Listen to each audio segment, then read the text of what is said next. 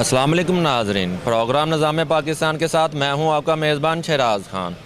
Sania motorway पर 3 बच्चों की मां को उनकी आंखों के सामने ज़्यादती का निशाना बना दिया गया। क्या बनेगा ये जानने के लिए मैं एक कोर्ट में मौजूद हूँ। वकला का क्या कहना है, क्या इनके कमेंट्स है, ये जानेंगे सीनियर एडवोकेट साहिबान से कि इस पर। मेरे साथ सीनियर एडवोकेट तारक जवेद साहब मौजूद हैं। इनसे जानते कि सानिया मोटरवे जो गुजरपुरा की हदूद में पेश आया है, जो 3 बच्चों की मां को उनकी आंखों के सामने ज़्यादती का निशाना बना दिया गया, क्या ये महदूद 376 की एफ और 392 तक महदूद रहेगा?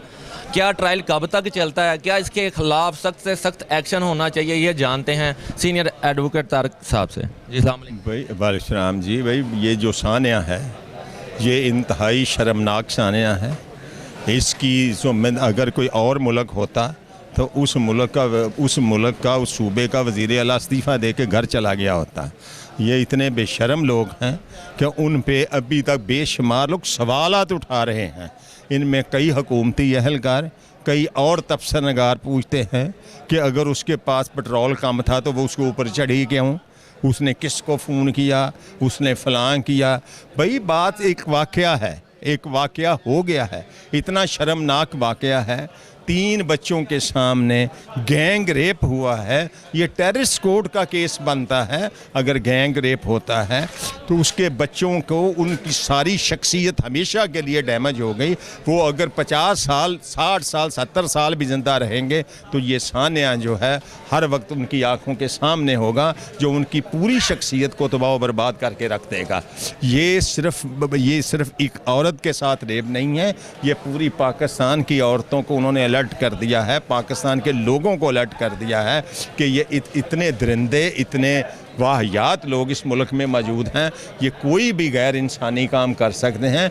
उनके ख़िलाफ़ सख्त से सख्त कार्रवाई होनी चाहिए, ना कि CCPO साहब या कोई और लोग इसको मादरत खाना रवैया इख्तियार कहें और कहेंगे ये क्यों गई थी, ये किसको बुलाया था, किसको फ़ोन किया था, कौन आया था। ये सवालात नहीं है। सवालात ये हैं कि मेडिकल रिपोर्ट जो है वो क्या कहती हैं।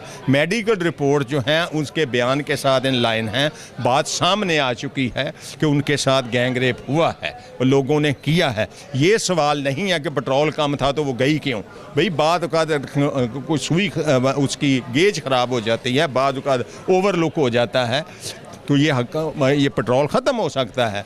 अगर वो अमदाद के लिए खड़ी तो उसकी ये अमदाद की उन्होंने जाके। ये मुसलमान लोग हैं या दरिंदे लोग हैं? ऐसा तो शायद दूसरे मुल्कों में कफ़ार भी नहीं करते और दूसरी औरतों के साथ जो यहाँ पे किया गया है। इनके ख़िलाफ़ मुकदमा दर्ज करके इनके ख़िलाफ़ सख्त से सख्त कार्रवाई करनी चाहिए और इसको इबरत का निशान बनाना चाहिए ताकि आइंदा लोगों के लिए इसका रास्ता रोका जा सके। अच्छा सर, ये अगर बीबी का देखा जाए तो ये तो नेशनल होल्डर थी कि फ्रांस की शहरी थी।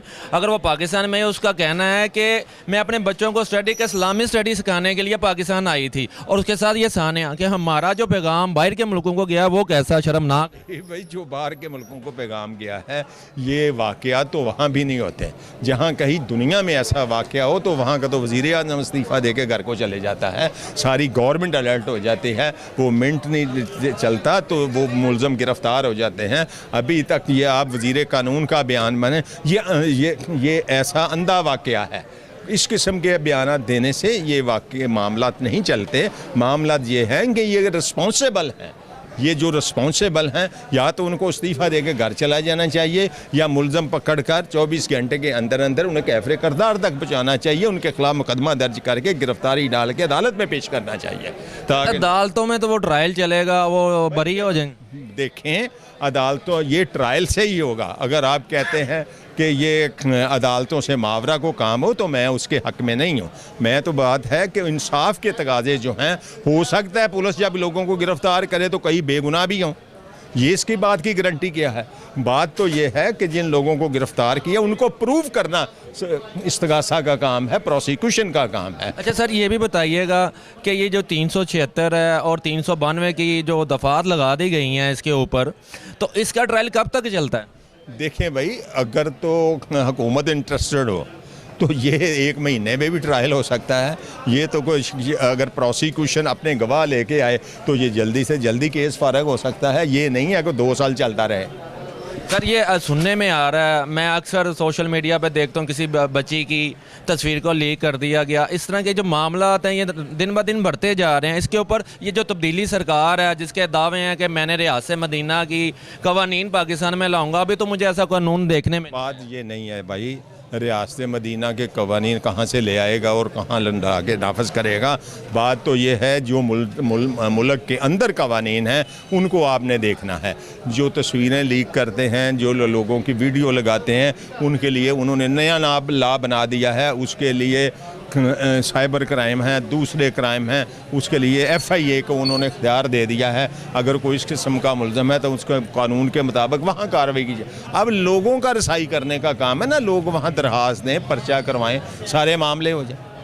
सर आज एक बहन बेटी जब घर से निकलती है ना, अपने आप को सिक्योर नहीं समझती, उसमें क्या होना चाहिए कि हुकूमत की क्या बात यह है कि हुकूमत को प्रोटेक्शन फराम करनी चाहिए। हुकूमत के करिंदे हर जगह पे मौजूद होने चाहिए।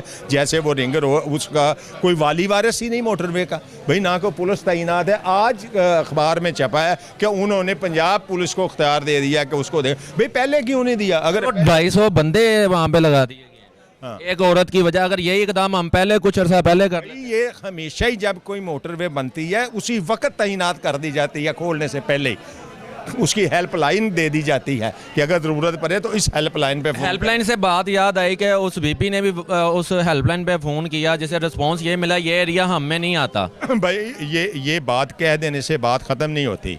अगर एक मर्डर हो जाता है, एक थाने वाला कहता है ये लाइन मेरी नहीं है, दूसरा थाने वाला कहता है ये लाइन मेरी नहीं है, इससे बात मसला हल नहीं होता। मसला हल ये है कि ये मर्डर हुआ है, ये वाक़या हुआ है, इसकी FIR तो दर्ज होनी है और फिलफौर होनी है। ये रिस्पॉन्सिबिलिटी जो है वो लेनी ही पड़ेगी। ये ऐसी बात नहीं है कि हमारा नहीं बनता, उनको पहुंचना चाहिए था, नहीं भी बनता तो दूसरी पुलिस को उनको इन्फॉर्म करना चाहिए था कि आप यहाँ पहुँचे जी, ये वाक़या हुआ है। नहीं, पंजाब पुलिस के जवान डॉल्फिन के जो अली भाई थे जिनका मैंने बयान देखा, वो तो मौके पे पहुंचे हैं। उन्होंने जाकर उन्होंने रसाई की, उनकी इमदाद की। गाड़ी तक जब लाए तो वो औरत वहाँ पे आके बेहोश हो गई। क्या उसके जहन में आया, क्या पाकिस्तान के मतलब वो सोच रही, ये तो बातें अभी स्क्रीन पे आई नहीं हैं, जब आएंगी तब देखा जाएगा। ये बातें देखें भाई, एक हुआ है, सानिया हुआ है, इस पे पर्चा दर्ज हो चुका है, इन्वेस्टिगेशन हो रही है, इन्वेस्टिगेशन एजेंसियाँ सामने आ गई हैं, वो इस पर तहकीक कर रही हैं। बेशुमार लोगों को गिरफ़्तार किया है, DNA टेस्ट किए जा रहे हैं। हो सकता है वो उस गाँव के आदमी ना हो, किसी दूसरी जगह से हो। ये मोटरवे पे ऐसे ही मामला होते रहते हैं जब तक कि कोई वहाँ पे सही तरह से सिक्योरिटी का सिस्टम फराम नहीं किया जाता। सर वो तो है कि सिक्योरिटी का सिस्टम फराम कर दें, आइंदा वाक़यात जो हैं वो इस किस्म के रुक जाएंगे और बहुत सारे लोगों को प्रोटेक्शन मिल जाएगी। लोगों को महसूस होगा, अब तो लोग वहाँ जाएंगे ही नहीं। कोई अकेली औरत गाड़ी चला के जाएगी नहीं कि अगर रास्ते में उसे रोक ले तो क्या हो सकता है उसके साथ। अगर पुलिस वहाँ तैनात हो, हर 10-15 मिनट के बाद पुलिस की गाड़ी गुजरती हो, तो ऐसे वाक़यात कमी वाक़या हो सकती है। नहीं, आपका कहना है कि आज लाहौर की पुलिस पूरी मतहरक हो चुकी है। CCP साहब ने आर्डर कर दिए गए हैं, 6 जो आला अफसरान हैं उनकी टीम बना दी गई है। उसके बाद जो इनका कहना है हम उसकी गर्दन तक पहुंच चुके हैं, और ये भी सुनने में आ रहा है कि एक बंदा उन्होंने गिरफ्तार कर लिया। अगर ये बात है तो ये उनकी बड़ी अचीवमेंट है। एक देखें ना कि कुछ सामने चीज़ ही नहीं है, अगर उनकी हिम्मत से, कोशिश से अगर एक आदमी पकड़ा गया तो फिर वो बड़ी आसानी से दूसरे बंदे भी पकड़े जाएंगे और कैफरे किरदार तक पहुंचेंगे। जी, मेरे साथ एक सीनियर एडवोकेट चौधरी तारक साहब मौजूद थे, जिनकी बातें आपने सुनी। मज़ीद एडवोकेट साहिबान से भी बातें करेंगे, उनसे भी पूछेंगे क्या कानून नाफिज होना चाहिए और क्या करना चाहिए। जी हक चौधरी साहब मौजूद हैं, इनसे बात करते हैं इनका क्या कहना है, क्योंकि इसके बाद जो ट्रायल चलेगा इन्हीं अदालतों में चलेगा और इन्हीं अदालतों में ही उसको जज़ा या सज़ा मिलती है। इस पर बात करते हैं एडवोकेट रिजवानुल चौधरी साहब से। अस्सलाम वालेकुम। जी वालेकुम सलाम जी। लेकिन सबसे पहले तो ये जो सानिया पेश आया, ये इंतहाई अफसोसनाक और शर्मिंदगी वाला सानिया है हम सब के लिए, पूरी सोसाइटी के लिए, पुलिस के लिए, इंटेलिजेंस एजेंसीज़ के लिए और पूरी सोसाइटी और हम सब के लिए शर्मिंदगी वाला ये सानिया है। इसमें जो बेसिक जो वाक़यात हैं वो है कि पुलिस के अंदर सियासी मुदाखलत बहुत ज़्यादा है। बार बार IG का चेंज किया जाना या CCPO लाहौर का चेंज किया जाना, इसी तरह डिफरेंट दूसरे शहरों में पुलिस डिपार्टमेंट का बार बार चेंज किया जाना, इसका जो जाहिर हो रहा है वो ये है कि जो इनको चलाने वाला शख्स है ना वो कुछ नाअहल है, उसके अंदर कोई ऐसी क्वालिटीज़ नहीं है। यानी कि मैं कर रहा हूँ बात सीएम साहब की कि सीएम साहब में इतनी क्वालिटीज़ नहीं हैं, बार बार आईजी चेंज करना वो खुद नहीं चला पा रहे, ठीक है। और इसमें इंटेलिजेंस अदारों की भी नाकामी है कि अगर वहाँ पे मोटरवे बन ही गई है लेकिन काफ़ी अरसा हो गया है, उसके अंदर कोई सिक्योरिटी का सिस्टम नहीं बनाया गया, उस मोटरवे को किसी एजेंसी के हैंड ओवर नहीं किया गया, ना मोटरवे पुलिस है वहाँ पे, ना हाईवे पुलिस है, और ना ही रिंग रोड पुलिस है वहाँ पे, यानी उसे लवारिस उसे छोड़ा हुआ है। सिर्फ शायद इस वजह से कि ये शायद कोई पिछली गवर्नमेंट का मंसूबा था, इस वजह से हो सकता है उसे ना उसको ओके किया हो कागजात में। तो मैं तो इसमें ये कहना चाहता हूँ ये इंटेलिजेंस एजेंसीज़ का नाकामी है और पुलिस को सियासत से पाक किया जाए, और अगर हो सके तो महकमा पुलिस को फ़ौज के अंडर कर दिया जाए ताकि ये फ़ौज इसे अच्छे तरीके से चला सके जिस तरह के दूसरे इदारों को, सिक्योरिटी एजेंसीज़ को फ़ौज चलाती है। क्योंकि सिविल जो इदारे हैं वो पुलिस को नहीं चला पा रहे, और इसमें जो इनकी बड़ी सीट्स हैं सीएसएस में, जिस तरह एसपी आते हैं डायरेक्ट, उनकी कोई ऐसा जैसी ट्रेनिंग नहीं होती, लेकिन वो सीएसएस करके आते हैं। तो इसमें अगर बड़ी पोस्ट ख़त्म कर दी जाए महकमा पुलिस में, वो जो कि वो फ़ौज के पास रहें और इंस्पेक्टर लेवल तक रखें पुलिस को, बाकी सीटें फ़ौज के पास हों, फ़ौज ही महकमा पुलिस को कंट्रोल करे और इनको ट्रेनिंग दे। अच्छा सर, अगर आप पंजाब पुलिस की बात करते हैं, लाहौर पुलिस की बात करें, लेकिन अपना वो किरदार अदा करते हैं सीसीपीओ साहब हैं जो, उन्होंने टीम तश्कील दे दी गई है। कल का उनका बयान है, मैंने रात सुन रहा था, जिसमें वो कह रहे हैं कि हम उसकी गर्दन तक पहुंच चुके हैं। पुलिस तो अपना काम कर रही है, लेकिन मेरा सवाल ये था कि अगर 376 और 392 की जो FAR है वो लॉन्च कर दी गई है, टीमें अपना काम कर रही हैं, उसके बाद ट्रायल तो चलना ही नहीं है अदालतों में। अदालतों में क्या ये कितनी देर ट्रायल चलता है, उसके बाद इसकी सज़ा क्या होती है, कितनी देर में ये सज़ा ख़त्म हो जाती है कि एक 3 बच्चों की वालदा को हम इंसाफ दिलवा सकेंगे? क्या हमारा पैगाम फ्रांस में क्या जाएगा? देखिए पूरी दुनिया में हमारा इमेज तो ख़राब हो चुका है ऑलरेडी, कि देखिए ना कि अगर वो इलाका सीसीपी साहब ने भी जैसा कि कहा है कि वो इलाका एक क्रिमिनल लोगों का इलाका है, लेकिन उसके बावजूद इन्होंने वहाँ पे सिक्योरिटी नहीं की।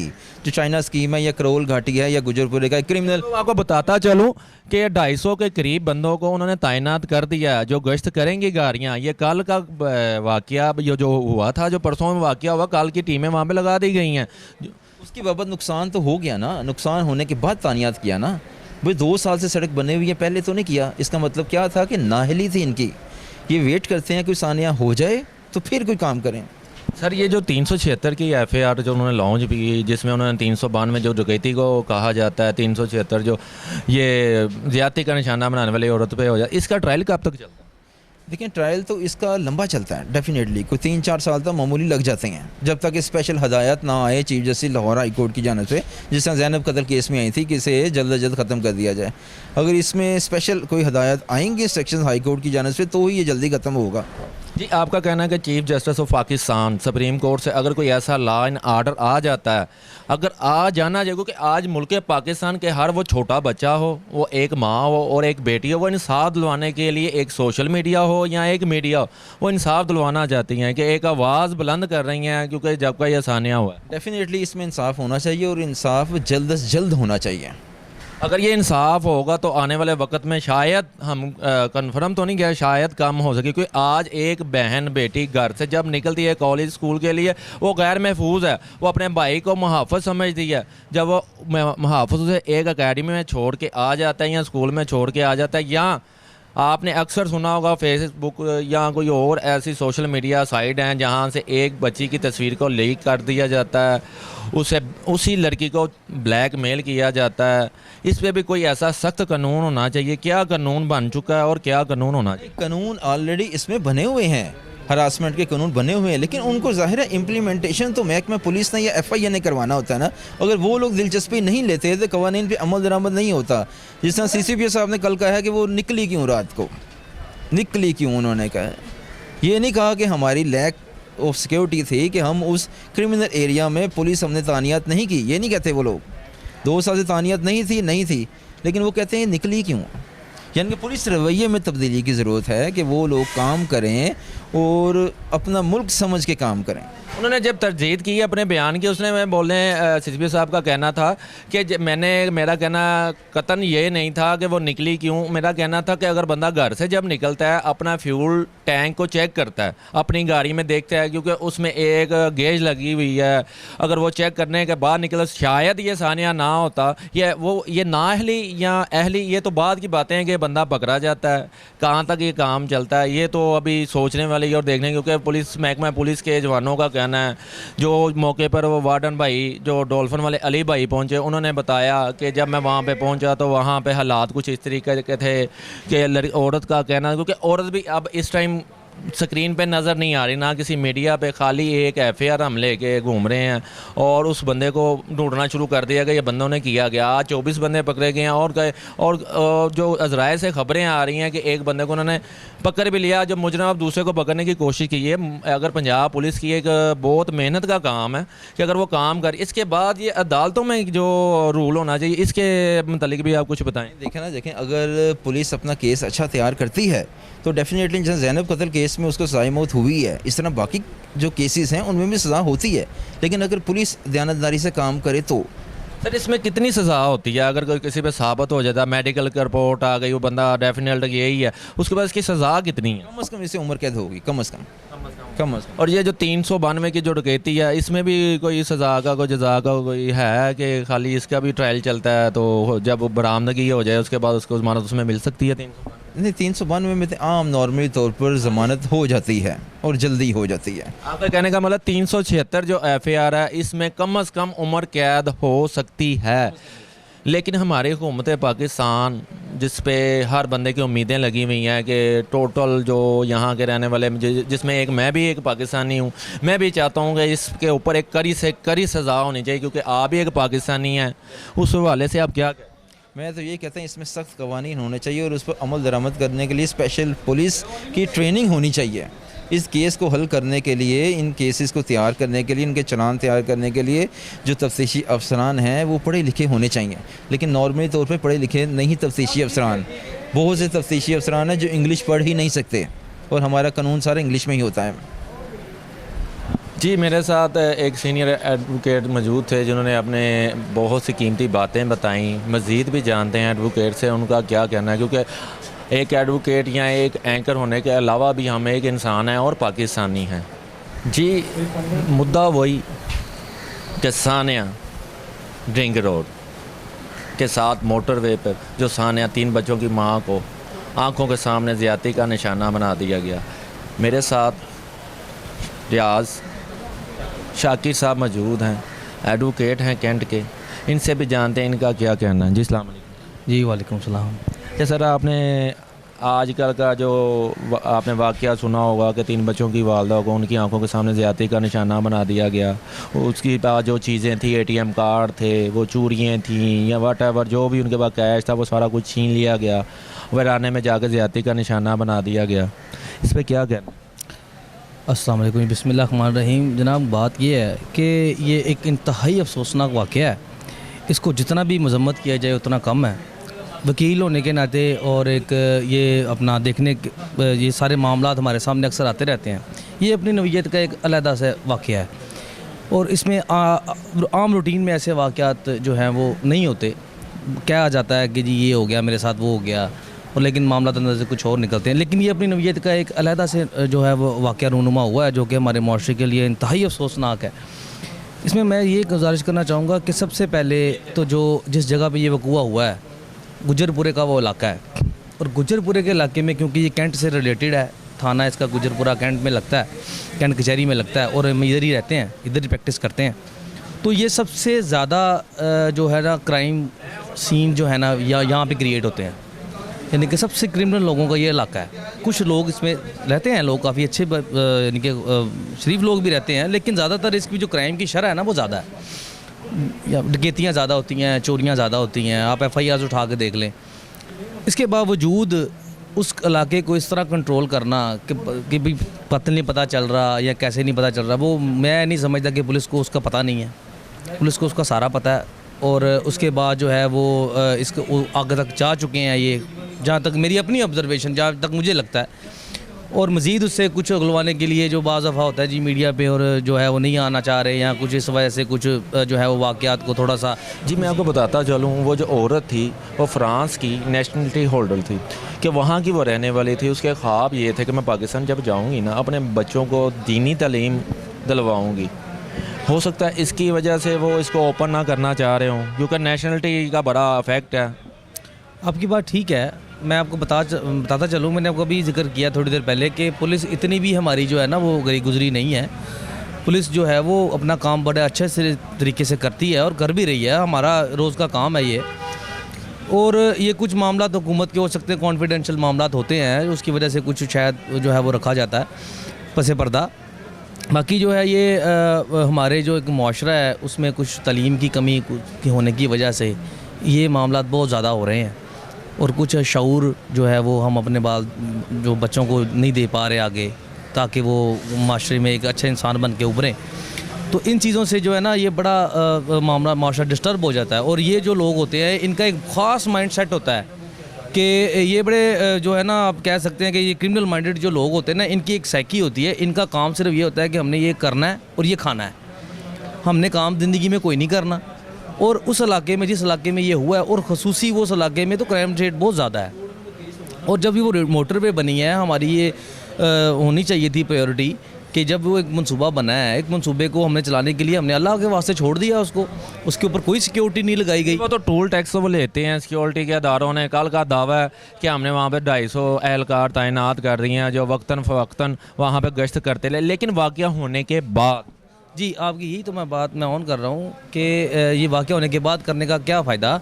अब तो डेफिनेटली वो चीज़ें होंगी, लेकिन इसकी बात मैं कर रहा हूँ इससे पहले वकूए कि जब ये मोटरवे जब ये बनी है, जब ये आज से नहीं बनी है, तकरीबन अभी थोड़ा अर्सा ही हुआ है इसको जो कंप्लीट हुए, उसी वक्त इसके ऊपर कोई गश्त के लिए गाड़ियाँ चलाने देनी चाहिए थी। कि कोई, मेरा मतलब है कि यहाँ पे इलाका भी वैसा है, पता होना चाहिए इंसान। जो मामला एडमिनिस्ट्रेटिव जो है मामला है ना, वो ऑलरेडी बड़े डिस्टर्ब हो चुके हैं हमारे इस इलाके में, लाहौर में। और ख़ुसूसी जो है वो इस लाहौर को तो वजह दी ही नहीं जा रही। जो चीफ़ मिनिस्टर साहब हैं उनको कुछ पता है नहीं, जो उनको बता दो बस वही उन्होंने करना होता है, उसके अलावा उनको कोई पता नहीं है। और अल्हम्दुलिल्लाह मैं ये कह सकता हूँ, मुझे मजबूरन कहना पड़ेगा कि शहबाज शरीफ के लेवल का बंदा जो है ना, अब एडमिनिस्ट्रेटर लाहौर को नहीं मिल सकता या पंजाब को नहीं मिल सकता। ये बात तो एक अलग है, सियासत से हट के जो मैं बात पूछना चाह रहा हूँ कि अगर एक मेरा सवाल ये भी है कि लोग जो अपनी बच्चियों के वजह से भी बड़ा परेशान है, क्या किया जाता है कि बच्चों की एक तस्वीर को सोशल मीडिया से उठाया जाता है, उसको एडिटिंग की जाती है, उसके बाद उसे हरासा और ब्लैकमेल किया जाता है। इसके ऊपर भी कोई कानून बना है? अगर कानून बना है कि लोगों को अवेयरनेस आपके तवस्सल से या मेरे चैनल के तवस्सल से उन्हें पहुँचनी चाहिए कि क्या करना चाहिए। जी बिल्कुल ऐसी बात है, ये कानून ऑलरेडी मौजूद है। साइबर क्राइम FIA के दफ्तर में एक एप्लीकेशन जो मुतलका साइल है वो दे, उसके ऊपर बर वक्त कार्रवाई होती है, और वो जिस फ़ोन से इस्तेमाल कर रहा होगा और उस वहाँ तक पहुँच जाते हैं वो, और ये बर वक्त कार्रवाई। और ये बड़ी जो है वो हीनियस ऑफेंस कहा जाता है, इसकी सज़ा भी ज़्यादा है। और जो है जो ये लोग ऐसे यानी कि किसी की तस्वीर को एडिटिंग करके उसको ब्लैकमेल करते हैं, और FIA के पीछे कार्रवाइयाँ हुई भी हैं और उन्होंने की भी हैं, तो FIA के थ्रू ये इसको जो है साइबर क्राइम में आता है और ये इसको FIA ही डील करता है। और जिसके साथ भी अगर खुदा ना खास ऐसा कभी मामला होता है तो वो FIA के साथ रब्ता करे, FIA में एक एप्लीकेशन दे और उसके बर वक्त कार्रवाई अमल में लाई जाएगी। अच्छा, बहुत आगे देखने में आता है कि जब हम अपनी बहन बेटियों अकेडमी या स्कूल छोड़ने जाते हैं, अपनी सिक्योरिटी के अंदर छोड़ने जाते हैं, क्या पाकिस्तान में कोई ऐसा कानून होना चाहिए कि हमारी बेटी, माँ, बहन, ये एक ऐसे रिश्ते हैं जो बड़े पाक रिश्ते हैं, इसके तकद्दुस को सबको ख्याल रखना चाहिए कि इसके ख़िलाफ़ भी कोई ऐसा एक्शन ले लेना चाहिए कि किसी एकेडमी या स्कूल के रास्ते में जिस इलाके की वो पुलिस का इलाका आता है उसमें उसे भी कोई तैनात कर देने चाहिए। तो मेरे ख़्याल से शायद जराइम की शरह कम हो सके कि हमारी बहन बेटियों और माँ के इससे महफूज हो सके। जी आपकी बात ठीक है, लेकिन मैं आपको ये कहूँगा ये जराइम की शरह उस वक्त कम होगी जब ये सज़ाएँ होंगी। जब ये बंदे टंगे जाएंगे ना, एक आधा बंदा भी टंग दोगे ना तो सारे ठीक हो जाएंगे। अब ये बात आ गई कि पाकिस्तानी की, हर एक पाकिस्तानी की इस टाइम जो आवाज़ है कि अगर उसके ऊपर साबित हो जाता है, क्योंकि मैं भी एक पाकिस्तानी हूँ, एक मुसलमान हूँ, मेरा भी एक जहन है कि अगर उसके ऊपर वो ये साबित होता है कि इसने जुर्म किया है और इसकी सज़ा जो होनी चाहिए, जिसका नाम सज़ाए मौत रख दिया गया है, वो होनी चाहिए। क्योंकि आप भी एज एक एडवोकेट हैं, लेकिन एक एज ए पाकिस्तानी भी तो हैं। जी जी बिल्कुल, इसकी 376 की सज़ा सज़ाए मौत भी है और मैक्सिमम जो पनिशमेंट इम्प्रिजनमेंट में है वो 10 साल से ज़्यादा है। तो इसमें ये कहा जा सकता है कि उनको to be hang till death, इसको करना चाहिए हैंग और सरेआम करना चाहिए। इस्लामी माशरों में होता है, आप देखें सऊदीया में होता है, ईरान में होता है, सरेआम फांसियाँ होती हैं। तो इनको यहाँ पे भी क्या, अगर रियासत मदीना अगर आप कहते हैं तो रियासत मदीना में तो ऐसे ही होता है, जो बंदा ऐसे औरत की इज़्ज़त पामाल करेगा उसको सरेआम चौक में एक दफ़ा फांसी दे दें, एक मिसाल बन जाएगी। क्योंकि ये एक अपनी तर्ज का भी एक जो है वो अनोखा वाक़या है। और इसी वाक़े को मद्देनज़र रखते हुए अगर स्पेशल ऑर्डर्स के ज़रिए इसको सरेआम फांसी दे दी जाए इन मुलजमों को, तो मेरे नहीं ख्याल है कि कोई दूसरा बंदा जुर्रत भी करेगा कि छोटी बच्चियों को, जो आजकल वाक़यात बहुत ज़्यादा हो रहे हैं, कि उनकी तरफ आँख भी उठाए। हाँ, ये दिन ब दिन वाक़यात कम होने के बढ़ते हैं, क्योंकि सज़ा जो पाकिस्तान में है वो ना होने के बराबर है। अगर को ऐसा कानून नाफिज कर दिया जाएगा तो वो आपका कहना बहुत बड़ी बात है, तो एक वक्त आएगा ये शरह सिफर हो जाएगी। जी बिल्कुल सही, इसमें ऑलरेडी कानून भी है, इसमें सज़ाएँ भी हैं और सज़ाएँ होती भी हैं, ये नहीं कि नहीं, लेकिन सज़ा का जो अमल है ना वो बड़ा देर से चलता है। और उसका ट्रायल का थोड़ा सा इशू होता है कि ट्रायल में कभी गवाह नहीं आए, कभी ये नहीं हुआ, कभी वो नहीं। जब तक स्पेशल ऑर्डर्स ना आ जाएं सेशन अपना ट्रायल के लिए, ये हाई कोर्ट के या सुप्रीम कोर्ट के, उस वक्त तक ये ट्रायल जल्दी नहीं ख़त्म होता। और मुझे लगता है कि इस केस में जो क्योंकि ख़ास इंस्ट्रक्शंस हैं, सबने नोटिस लिया हुआ है, तो इसमें इंस्ट्रक्शंस भी आएंगी और ये केस का फ़ैसला जल्द अज जल्द होगा। क्योंकि ये अपनी तर्ज का एक अनोखा वाक़या है और इसका जो है होना भी चाहिए और इसको जल्द अज जल्द कैफ़े किरदार तक पहुँचाना चाहिए मुलजमान को और उनको सख्त सज़ा देनी चाहिए, ताकि ये निशान इबरत बनाकर इनको चौक में सरेआम फांसी देनी चाहिए जो इन्होंने किया, और उसी जगह पर जाकर देनी चाहिए जिस जगह पे इन्होंने वो वक़ूआ किया, ताकि बाकी मुलजमान जो इस माइंड सेट के हैं उनको एक अच्छा सबक जा सके कि भाई हमने ये आइंदा से ये नहीं करना। क्योंकि इनका ये जो चोर डकैत होते हैं ना, इनका एक ख़ास माइंड सेट है, उसी माइंड सेट के तहत ये करते हैं, काम करते जाते हैं, दोबारा फिर पकड़े जाएंगे, फिर करेंगे, फिर पकड़े जाएंगे, फिर करेंगे। तो ऐसे ही चलता रहता है। जब तक इनको एक सख्त सज़ा नहीं होगी तब तक ये इंसान के बच्चे नहीं बनेंगे। और एक मैसेज जो मैं अपनी वकला कम्युनिटी को ये दूंगा कि इन मुलजमान की तरफ से वकालत कोई ना करे, क्योंकि ये इस काबिल ही नहीं है कि इनकी वकालत की जाए। और अपनी वकला कम्युनिटी को मैं ये कहूँगा कि इस मुतासरा जो खतून है उनके साथ खड़े रहें सारे, और इस शख्स जो है ये जिन्होंने ये इंतहानाक वाक़या किया है इनकी वकालत कोई ना करे। मैं अपनी वकला कम्युनिटी को ये खासूसी पैगाम दूँगा कि इनकी तरफ से किसी भी का वकालतनामा ना जाए। मेरी ये हम्बल सबमिशन है सब अपने वकला भाइयों के लिए कि ये इनको कैफ़े किरदार तक पहुँचाने में सब अपना हिस्सा डालें।